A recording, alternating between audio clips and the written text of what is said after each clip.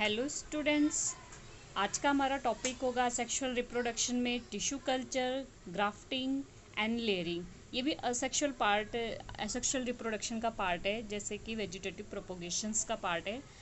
ये किस में होता है? प्लांट्स में होता है। तो हम स्टार्ट करते हैं। वेजिटेटिव रिप्रोडक्शन किस में होता है? प्लांट्स में होता है। असेक्सुअल रिप्रोडक्शन हम पढ़ रहे थे। तो असेक्सुअल रिप्रोडक्शन में वेजिटेटिव रिप्रोडक्शन भी असेक्सुअल रिप्रोडक्शन है एक तरीके से। ये किस में होता है? प्लांट्स में होता है। तो many plants reproduce by their vegetative parts like roots, buds, stem and leaves. बहुत से प्लांट होते हैं जिसमें उनके रूट से, बर्ड से, स्टेम से और जो लीव्स होते हैं उससे नए प्लांट्स को उगाया जा सकता है। So the formation of new individual bye vegetative parts is called vegetative reproduction.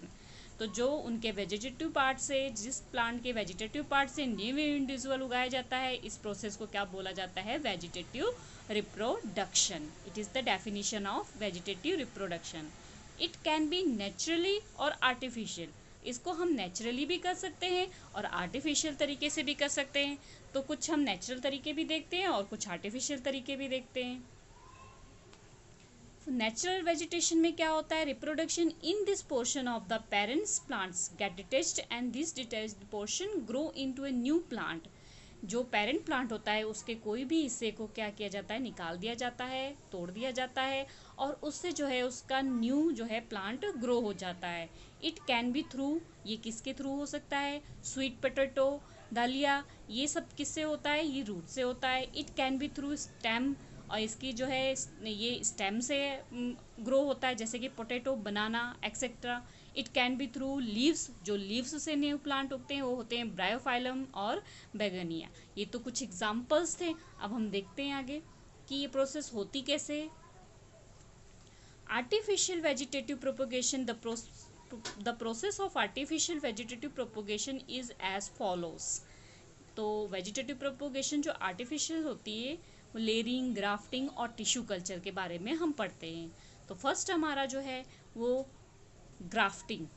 Grafting में क्या होता है? जैसे कि आप देख रहे हो ना, यहाँ पर एक स्टेम ली हुई है प्लांट की। इसमें क्या किया जाता है? दो प्लांट की स्टेम ली जाती है और दोनों को कुछ इस तरीके से रख के एक कपड़े से क्या किया जाता है? उसको क्लॉथ से बाइंड अप कर दिया जाता है और उसके बाद उसको जो है सॉइल में, मिट्टी में जो ग्रो कर दिया जाता है। तो ये न्यू इंडिविजुअल प्लांट जो है बन जाता है। इस प्रोसेस को जो है ग्राफ्टिंग कहते हैं। अब हम इसकी डेफिनेशन से अकॉर्डिंग, मतलब इसकी थ्योरी देख लेते हैं कि जो मैंने आपको समझाया किस तरीके से दो जो स्टेम उसको कट किया और उसको हमने बांधा और बांध के कपड़े से, और उसके बाद उसको क्या कर दिया? ग्रो कर दिया। तो ऐसी प्रोसेस को क्या बोलते हैं? Grafting. In this the stem of parent plant is cut and called as stock. जो प्लांट से हमने स्टेम पेरेंट प्लांट से कट की उसे क्या बोलेंगे? Stock. A cut part of the another stem of the another plant is bored and both are tied together with the help of cloth। तो ये सारे जो होते हैं स्टेम और प्लांट्स जो हैं, ये दोनों को, अब मैंने आपको जैसे बताया कि दोनों प्लांट की स्टेम को अच्छे से साथ में क्या कर दिया जाता है? टाई कर दिया जाता है, बांध दिया जाता है एक कपड़े की मदद से। This is then left for a few days tie together, और साथ में इसको कुछ दिनों के लिए बंधे रहने दिया जाता है। In the mean time we see that it grow as one plant. तो जब हम इसको सीडलिंग कर, मतलब इसको जब सॉइल में ग्रो कर देते हैं तो एक नया प्लांट के रूप में ये क्या करता है? ग्रो करने लग जाता है। तो इस प्रोसेस को क्या बोलते हैं? ग्राफ्टिंग। नेक्स्ट है हमारा लेयरिंग। लेयरिंग में क्या होता है? पहले आप पिक्चर से समझ लो। मान लो ये कोई प्लांट है, ठीक है। इसकी जो यहाँ से साइड से स्टेम्स जाती हैं, तो इन्हीं स्टेम्स को क्या किया जाता है? रूट में दबा, इसको सॉइल में दबा दिया जाता है। जब इसको सॉइल में दबा दिया जाता है थोड़ा सा, तो ये देखते हैं कि यहाँ पर ये रूट बनने लग जाती है इसकी स्टेम से, और यहाँ से न्यू इंडिविजुअल प्लांट जो है वो ग्रो करने लग जाता है। बाद में यहाँ से इस प्लांट को क्या किया जाता है? कट कर दिया जाता है, जिससे कि ये न्यू इंडिविजुअल दूसरा प्लांट हो जाता है और ये जो है पेरेंट प्लांट दूसरा हो जाता है। तो इस प्रोसेस को बोलते हैं layering. In this, the side branch is the extended and a portion of it is buried in the mud. जैसे कि अभी मैंने आपको बताया कि प्लांट की कोई भी साइड, कोई भी ब्रांच को क्या किया जाता है, पोर्शन में दबा दिया जाता है, मड में दबा दिया जाता है, बरिड गहराई में, and that it the left for a few day, और कुछ दिनों के लिए उसको ऐसे ही छोड़ दिया जाता है. In the meantime, that buried portion develop root so that the side branch is cut. जैसे कि भी बताया मैंने कि जब वो डेवलप होने लग जाता है दबाया हुआ पोर्शन, उसमें रूट्स आने लग जाती है, तो मेन को क्या कर दिया जाता है, कट कर दिया जाता है. It grow and form A new plant. तो और ये जो रूट्स निकलनी शुरू होती है, ये ग्रो होना शुरू हो जाता है और उसमें से एक न्यू प्लांट बनना शुरू हो जाता है. इस प्रोसेस को क्या बोलते हैं, लेयरिंग. नेक्स्ट है हमारा टिश्यू कल्चर.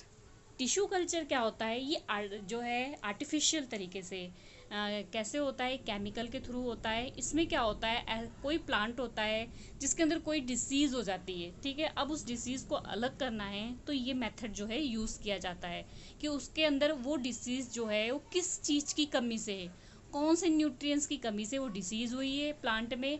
अगर उसकी हम सीड्स यूज़ करेंगे तो वापस वैसे ही उगेगी, ठीक है, वही प्रॉब्लम्स उसमें रहेगी. तो इसके लिए क्या किया जाता है, कोई भी प्लांट का उसमें से उसका टिश्यू पार्ट्स ले लिया जाता है, छोटा सा एक टिश्यू पार्ट ले लेते हैं, ठीक है. उसके बाद उसको क्या किया जाता है, लेबोरेटरी में एक ऐसे मीडियम में रखा जाता है जहाँ पर जो उसकी न्यूट्रिएंट्स की कमी है उसको दूर किया जाता है. वो सारे न्यूट्रिएंट्स उसको आर्टिफिशियल तरीके से दिए जाते हैं और उसको वो मीडियम दिया जाता है ताकि वो अच्छे से ग्रोथ करे. फिर कुछ दिनों बाद जब वो ग्रोथ करने लग जाता है, उसमें रूट्स निकलनी शुरू हो जाती है, ठीक है, लीफ निकलनी शुरू हो जाती है, मतलब थोड़ा सा प्रॉपर सा ग्रो सा होने लग जाता है, तो उसको क्या किया जाता है, सॉइल में लगा दिया जाता है, मीन्स सीडलिंग कर दी जाती है और बाद में वो प्रॉपर और हेल्दी प्लांट के रूप में डेवलप हो जाता है. तो इसे क्या बोलते हैं, टिश्यू कल्चर. इसमें यूज़ किसके लिए किया जाता है, प्लांट की डिसीज़ को ख़त्म करने के लिए. तो इसकी थ्योरी देख लेते हैं हम. ये एग्ज़ाम में कई बार पूछा जाता है आपको कि टिश्यू कल्चर की डेफिनेशन, मतलब टिश्यू कल्चर क्या होता है, तो आपको ये प्रॉपर बताना होता है. It is development of a fully grow plant from a new isolate plant cell. In the process, first the cell of any part of the plant are isolated and put in the medium. In medium, they divided to form an unorganized mass of the cell called the cambium. तो इस तरीके, जैसे कि मैंने आपको भी पूरी चीज़ बताई कि प्लांट को उसमें से एक पार्ट लिया जाता है और उसके बाद उसको ऐसा मीडियम दिया जाता है कि जिससे वो पूरी तरीके से क्या हो, ग्रोथ करे. देन द कैम्बियम, जो इसको मीडियम दिया जाता है जो, और जिस तरीके से, ठीक है, उसको क्या बोलेंगे, उस मीडियम में जो रहता है जहाँ पे उसको पूरा न्यूट्रिएंट्स मिल रहा है उसको कैम्बियम, ठीक है. As a result of the develops root the then this cambium with root is shifted to a medium where all necessary physical conditions are provided, where it is give rise to the shoot.